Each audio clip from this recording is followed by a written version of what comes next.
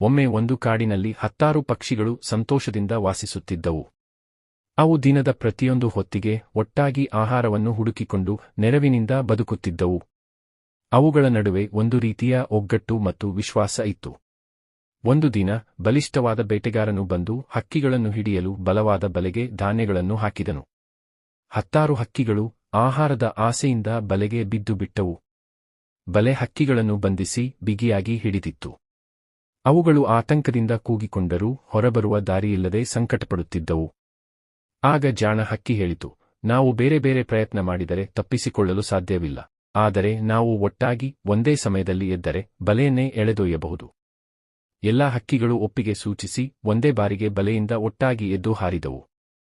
ಆಶ್ಚರ್ಯದಾಯಕವಾಗಿ ಬಲೆಯು ಹಗುರಾಗಿ ಅವರೊಂದಿಗೆ ಹಾರಿತು.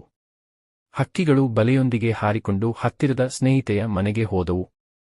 ಅವಳು ಬಲೆಯನ್ನು ಕತ್ತರಿಸಿ ಅವರನ್ನು ಬಿಡುಗಡೆ ಮಾಡಿದಳು.